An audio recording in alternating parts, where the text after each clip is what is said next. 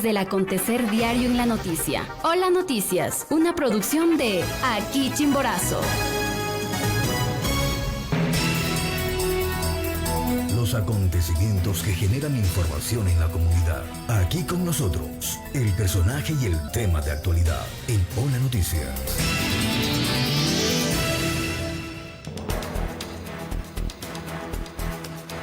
Efectivamente, estamos listos para generar información en vivo. Hacemos contacto virtual en esta mañana con el magíster Eric Álvarez. Esto a propósito de conocer al momento el análisis sobre la coyuntura político-electoral que vive el país. Eric, buenos días. La experiencia que tiene Eric precisamente en los temas de política nos permitirá dar un panorama general de las decisiones que se han adoptado y cómo los actores políticos las asumen. El Consejo Electoral resolvió adelantar el calendario de las votaciones para el 29 de noviembre. Esto cambia la perspectiva electoral, además de otras decisiones que ya han venido configurando un panorama político cambiante en estos meses. Buenos días, bienvenido Eric. ¿Cuál es este panorama general electoral en el país? Estimado Diego, muy buenos días y por su intermedio a todos los radioescuchas. En efecto, una decisión un tanto sorpresiva para quienes estamos involucrados en el ámbito electoral. Definitivamente que la decisión del máximo organismo electoral del país cambia de cierta manera las reglas del juego. Ellos aducen un reajuste técnico por una cuestión de una proyección en el ámbito del climático. Y por tanto, eso ha obligado a los equipos de campaña, a los equipos de gobierno, evidentemente, buscar los mejores mecanismos para adelantar y jugar contra el tiempo y de esa manera entender y leer este nuevo escenario electoral. En esa perspectiva, pues justamente para poder participar, esta reconfiguración de quienes aspiraban a participar en las elecciones primero planificadas para febrero del 2027, pues han debido cambiar justamente aquello. Hay organizaciones que tienen observaciones dentro del Consejo Nacional Electoral, procesos en marcha, suspensiones y también aspirantes a las diferentes dignidades, inclusive a la reelección, que enfrentan pues procesos judiciales que no les permitirán de pronto esta participación. Todo eso configura un nuevo panorama para quienes puedan llegar pues calificados hasta la elección del 29 de noviembre.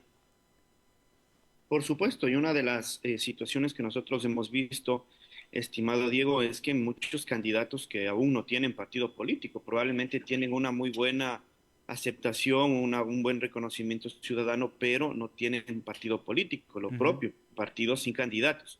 Y eso llama mucho la atención porque nosotros estamos mirando esta crisis en el sistema de partidos. Es una crítica que hemos hecho quienes hemos estado involucrados desde el ámbito de la ciencia política dentro del sistema electoral. Yo creo que es, digamos, es un error que nosotros tengamos candidatos sin partidos y partidos sin candidatos, no haya procesos militantes, no haya estructuras o maquinarias electorales o como se conoce dentro de la literatura, los partidos políticos como institución.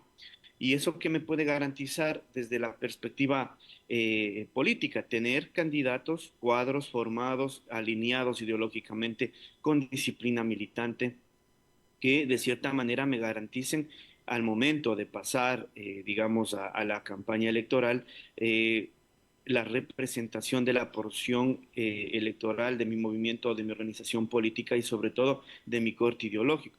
Es fundamental entender estos elementos, puesto que si nosotros tenemos candidatos sin ideología, sin una formación política, estamos hablando de que tenemos candidaturas vacías y vamos a tener problemas de gobernabilidad, puesto que ellos no van a saber hacia dónde ir en cuanto a lo económico, en cuanto a lo social, en cuanto al conocimiento inclusive del territorio.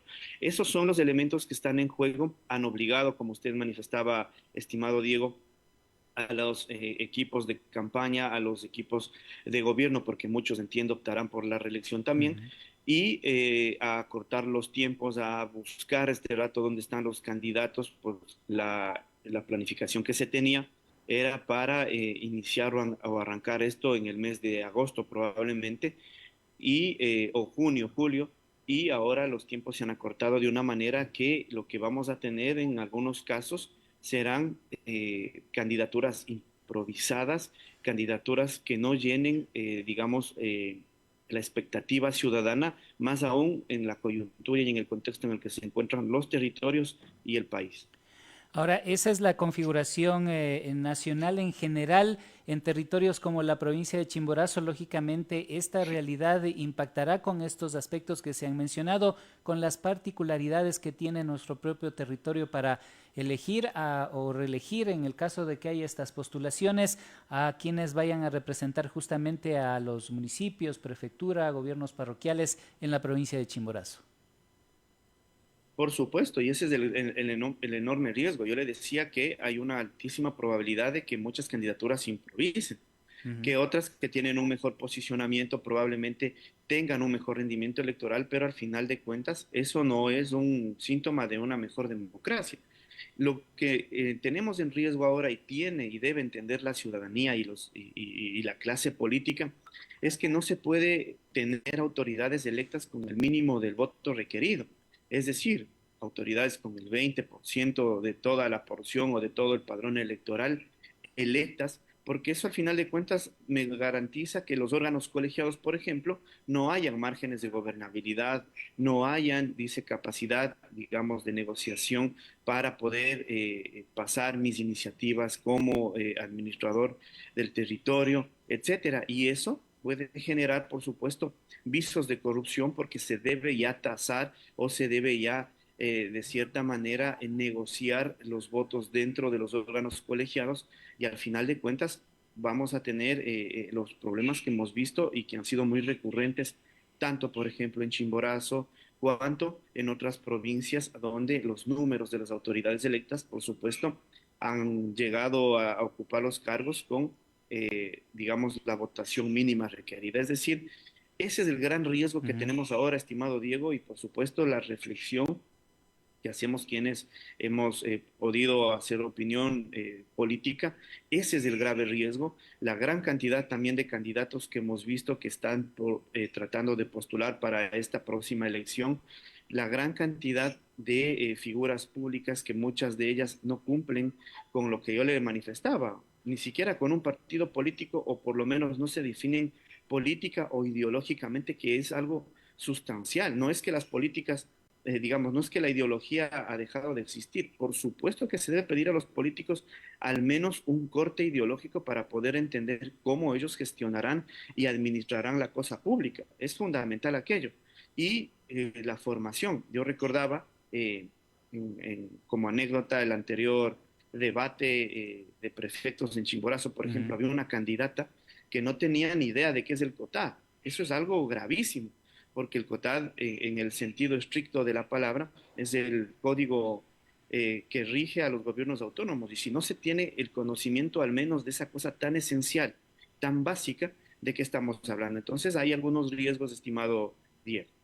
Ahí hablamos de aspectos justamente como legitimidad a propósito de lo que se mencionaba respecto a los porcentajes con los que llegan ciertas autoridades de idoneidad y preparación de los candidatos, pero por supuesto un tema fundamental que es el que ha marcado los últimos años de la gestión pública en el Ecuador, que es también pues transparencia, honestidad en el proceder de cada una de las personas y saber si efectivamente pues están o no preparadas para ejercer un cargo de esta magnitud y no solamente que sea una aventura política. Así es, yo creo que eso ha sido la tónica en los últimos años, definitivamente que la política nacional y la clase política ha tomado, digamos, ese orden y al final de cuentas, mire usted, administraciones totalmente atropelladas, retraso en la ejecución de los presupuestos. Mire lo vergonzoso que nuestras instituciones públicas tengan entre el 30, entre el 40% de ejecución presupuestaria, más allá de las connotaciones legales o administrativas que se pueda tener, ahí se habla ya de temas de planificación, es decir, no hubo una planificación previa para, digamos, restarle, gestionar y ejecutar, digamos, los presupuestos. Diga usted, por ejemplo, los recursos que probablemente se retiren a esas instituciones como manda la normativa y más aún con la aplicación de la nueva ley que aplica al gasto en los gobiernos seccionales, el 70-30. Es decir, todo esto tiene implicación directa con los ciudadanos, con la ciudadanía.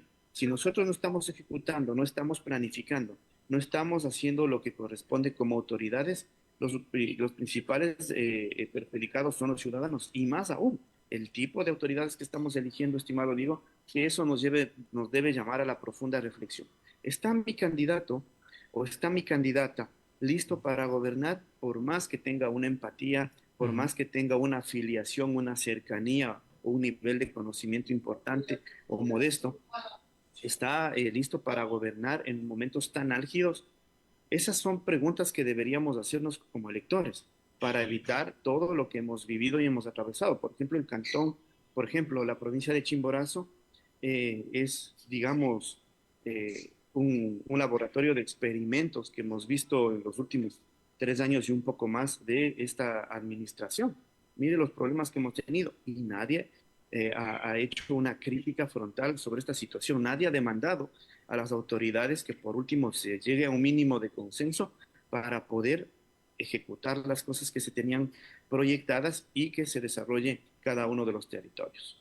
Ahora, ahí hay una responsabilidad que es permanente de los electores de al menos conocer quiénes son los que aspiran a llegar a estas dignidades por un lado y calificar adecuadamente también la gestión de quienes de pronto buscan mantenerse en estos cargos, porque habida cuenta de la experiencia vivida en los procesos electorales, parece que los ecuatorianos tenemos una memoria de corto plazo y no nos acordamos de lo que hicieron, dejaron de hacer, de lo que prometieron y no cumplieron quienes nos han representado en estas dignidades.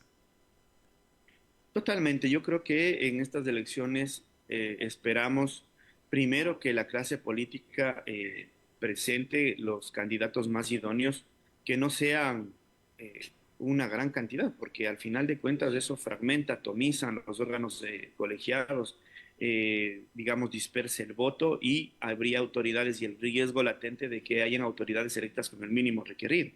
Segundo, yo creo que la clase política debe entender que hacer una coalición, hacer una alianza, digamos, hacer una agrupación, un frente mucho más sólido puede garantizarme un mejor rendimiento electoral, ser más competitivo electoralmente y tener, digamos, un frente o una estructura mucho más fuerte para poder yo gobernar. Y tercero, tener, digamos, una votación aceptable para lograr ingresar con alguna ligera mayoría en el órgano colegiado y poder de esa manera garantizar un mínimo de gobernabilidad. Yo creo que con esos elementos se puede, digamos, desde la recomendación de quienes nos encontramos haciendo una actividad, digamos, de asesoría en cuestiones políticas, es algo que hemos coincidido para de esta manera nosotros tener territorios donde los próximos 4 años no sean tan atropellados, sean tan sufridos. Mire usted lo que ha pasado en el Cantón Riobamba. Eso es durísimo, más o menos 3 procesos de remoción entre revocatorias, destituciones, etcétera. Mire lo que ha pasado en Quito. Mire lo que está sucediendo en Guayaquil. Entonces no son hechos aislados. El principal perjudicado y que nos debe llamar a la reflexión, medios de comunicación, opinión pública, quienes hacemos opinión política, es esto: buscar que haya mínimos de gobernabilidad para el desarrollo de cada uno de los territorios. Habíamos iniciado el diálogo poniendo en la mesa el tema de que hay candidatos sin partidos y partidos sin candidatos, y esta de pronto ha sido una tónica de los últimos años cuando hay organizaciones políticas que se arriendan, entre comillas, para participar en las elecciones y candidatos pues que están buscando la oportunidad de que alguien les tome en cuenta para poder participar en estas elecciones. Eso incidirá en los resultados por un lado, y por otro lado las condiciones, una vez cambiado el calendario electoral para las organizaciones políticas, limitarán esa participación. ¿Qué es lo que va a pasar? Pues justamente en una proyección de lo que sucederá precisamente con el nuevo panorama electoral en estas nuevas condiciones. Bueno, alguien me preguntaba en otro medio de comunicación a quién le beneficia y a quién no le beneficia, digamos, el adelanto de las elecciones Ujú. o el adelanto del calendario electoral. Y pues aquí quienes tienen una ligera ventaja son los partidos y las organizaciones políticas que tienen una estructura, una proyección, una profundidad bastante marcada. Por ejemplo, el partido de gobierno, en su momento la Revolución Ciudadana que tiene presencia nacional, el propio Pachacutic, si no estoy mal, el Partido Social Cristiano, Madera de Guerrero, etcétera, pero ya sin la participación del correísmo, que si nosotros nos ubicamos en la última elección presidencial, por ejemplo, captó una gran, digamos, en las últimas seccionales captó algunas de las alcaldías y prefecturas más importantes y relevantes del país. Entonces, ya sin ellos jugando en esta contienda electoral, por supuesto que la dinámica cambia. Habrá que ver si es que ellos logran en los tiempos desafiliarse de la Revolución Ciudadana y correr por otros partidos políticos para de esa manera esa votación no se dispersa. Pero quien, a mi modo de ver, tiene una ligera ventaja porque tiene la estructura, porque siguen trabajando ya digamos, Ujú. en la generación de sus cuadros, en el posicionamiento de los nombres, y digamos, ya siguen ejecutando el territorio. Creo que es el partido de gobierno que tiene ahorita una ligera ventaja. Habrá que ver cómo lee esto el electorado, cómo mira esto en los territorios, partiendo de algo que también es importante topar, el histórico electoral de cómo terminó los resultados favorables o no para el gobierno en cuanto a la última consulta popular. Cuánto esa votación que algunos lo han llamado rechazo, voto castigo al gobierno, se convierte, digamos, en un real voto castigo para sus candidatos o es un envión electoral que les permite a ellos tener un mejor rendimiento y sus cuadros, por supuesto, logren una aceptación bastante amplia en todo el territorio. Es decir, este adelanto sí ha generado, digamos, una ligera ventaja hacia ese ámbito. Quienes, a mi modo de ver, no tienen una ventaja son estructuras nuevas, Ujú. candidatos que recién van a salir, que esperaban, digamos, los últimos días para poder salir a posicionarse, estaban buscando partido político, ahora las cosas han cambiado. Habrá que ver cuántos de esos aspirantes que aún estaban haciendo, digamos, sus procesos de posicionamiento y sin partidos políticos, ellos opten por ir, tendrán la oportunidad. Y aquí también usted manifestaba algo, estimado Diego, que es esencial. ¿Cuántos de esos candidatos sin partido político van a acceder, digamos, a un casillero, al auspicio de una organización política? ¿Y cuánto le cuesta eso también al candidato? Porque recuerde usted que muchos partidos políticos, estamos hablando de que en todo el territorio nacional hay más de 200 partidos y organizaciones políticas. Eso es inaudito, eso también es una crítica frontal que se hace al código de la democracia, puesto que eso no puede darse, porque tenemos toda esta alineación de candidatos sin partidos, de movimientos sin candidatos, es decir, un gran caos en ese sentido. Y lo que vamos a tener es que partidos que tienen su casillero quieran auspiciar a candidatos, pero a cuenta y gasto de qué, Ujú. a qué valor, qué costo de transacción. Y eso también fomenta la corrupción. Dentro de la literatura de la ciencia política, estos partidos son denominados partidos cartel, porque tienen esa, digamos, para subsistir dentro del registro de movimientos políticos, tratan de buscar un candidato a quien auspiciarle, lograr el mínimo de votos requeridos para no desaparecer luego del registro. Pero eso también cuesta, eso también los candidatos tienden a transaccionar para de esa manera, primero, ser auspiciados por un movimiento como manda el Código de la Democracia y los otros también para participar en este proceso de elección para evidentemente no ser digamos, eliminados del registro. Entonces, sí es una cuestión bastante compleja la que se está mirando desde esta perspectiva y pues habrá que ver cómo el electorado reacciona, reflexiona y mira este nuevo escenario electoral. Finalmente, el escenario digital será justamente en donde se debatirá el tema político electoral, las candidaturas. Ahí enfocarán de pronto las estrategias quienes van a participar y se proyectan justamente ya para estas elecciones. Por supuesto, yo creo que dentro de, digamos, de la estructura de campaña, las redes sociales son una herramienta, pero ojo, no hay que descuidar Ujú. el territorio. La gente también quiere conocer, mirar, sentir a su candidato, no solamente mirarlo desde una pantalla de un dispositivo móvil. Estamos hablando de que las campañas electorales han cambiado, digamos, su forma de ser en relación a años anteriores. Ahora, por ejemplo, ya nos gobiernan los algoritmos.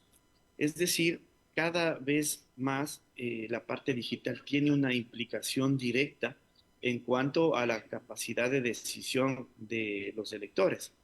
Nosotros miramos, por ejemplo, en Ecuador hay 18, más de 18 millones de ciudadanos y de ellos más o menos 15.3 del 84% de los ciudadanos tiene acceso a un dispositivo electrónico o digamos a redes sociales o a internet. Ujú. Pero eso no quiere decir que en todos los estratos sociales hay personas utilizando todas las redes sociales, por lo menos variará en una o dos plataformas. Y lo que es más importante, muchos de esos segmentos que no tienen acceso a estos dispositivos o a Internet son los sectores rurales o periféricos de las grandes urbes o de las provincias más grandes.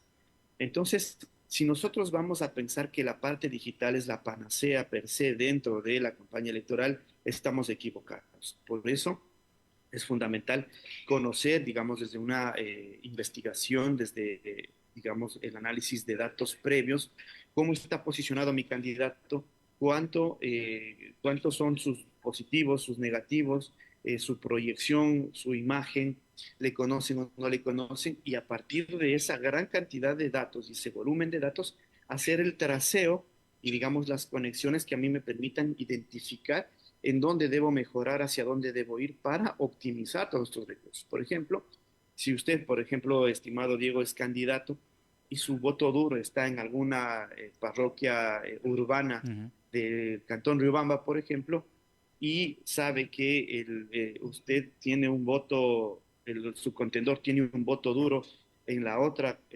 parroquia, difícilmente usted va a ir a gastar recursos en la parroquia donde probablemente no saque un voto. Pero esto y determinar estos elementos es a partir de la investigación. Muchas de los, digamos, de las personas que están en los equipos de campaña manifiestan que solo con redes sociales se puede hacer. Eso es yo lo manifestaba en alguna de mis intervenciones, eso es falso, Ujú. tiene que ir, digamos, de la mano con el territorio, porque si, por ejemplo, yo busco en Internet o en los motores de búsqueda su nombre como candidato y solo encuentro noticias negativas en su contra, ya me queda una percepción. O si yo le pregunto a usted o al vecino si le conoce a usted y no le conoce, evidentemente hay falta de trabajo, digamos, en cuanto al posicionamiento, el manejo de territorio, el manejo de redes. Sí vamos a ver una gran cantidad de fake news, de deepfakes, que por intermedio, por la intervención de la inteligencia artificial, se van a desarrollar. Es decir, la proyección para estos procesos electorales de estos años es que hay una gran cantidad de campaña sucia para deslegitimar, para desinformar, para descreditar a los opositores y contendores. Y ese también es un riesgo que los candidatos van a asumir, por más que sean falsos, pero es parte de esta lógica y eso va a terminar evidentemente cansando a los electores. Por eso las candidaturas y los candidatos deben ser sumamente creativos, deben tener monitoreo permanente, deben generar estructuras que les permitan a ellos evitar una gran cantidad, una ola contraria de fake news, etcétera, que perjudiquen mi campaña. Finalmente, también para cerrar este diálogo y con la proyección de los análisis que vendrán ya conociendo quienes participen en este proceso electoral, pues es una carrera contra el tiempo para todos, candidatos, organizaciones políticas y ciudadanos, para decidir un futuro que pues se avisora complejo para todos los ecuatorianos. Así es, Diego. Yo al inicio de la entrevista planteaba si es que los candidatos, la clase política, los movimientos, las organizaciones políticas están leyendo este momento, porque toca apresurar todo. Y como usted lo decía, no todos son las redes sociales. Ujú. No es porque tengo mejores números, eso me significa un gran caudal de votos. Mejores números me refiero en el sentido puramente digital. No, no funciona así.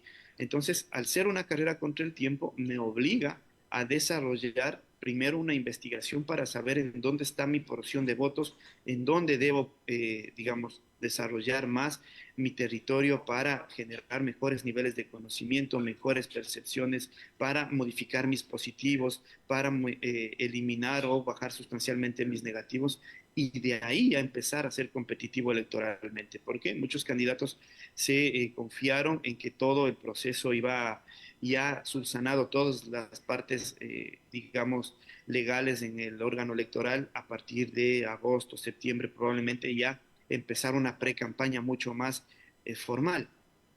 Ahora toca subsanar esta parte de la legalidad en cuanto al órgano electoral y pues a la par seguir con el posicionamiento y con, digamos, el recorrido en territorio, etcétera. Pero todo esto desde una perspectiva estratégica, estimado Diego. El que hayan candidatos que en alguna vez o se perciba que tuvieron suerte, yo creo que si apelamos a la suerte es como comprar la lotería, Ujú. es una en un millón. Entonces ya la política no funciona así, más aún con todos los niveles de hartazgo, de cansancio y sobre todo de desafección por la política y la clase política que los ciudadanos están teniendo por todo lo que hemos visto, por el contexto, la coyuntura, la calidad de los líderes, la calidad de la decisión de nuestras autoridades. Y eso nos pone ya en otro momento electoral que se debe analizar y se debe pensar bastante bien por parte de los equipos de campaña. Muy bien, muchas gracias, Eric. Es siempre importante el análisis y la proyección en este momento que vive el país frente a las elecciones. Estaremos en otro momento ya, esperemos, analizando los perfiles de quienes aspiran a estas dignidades que se van a elegir en el próximo proceso el 29 de noviembre. Gracias por habernos acompañado, Eric. A usted, muchísimas gracias. Un gran día.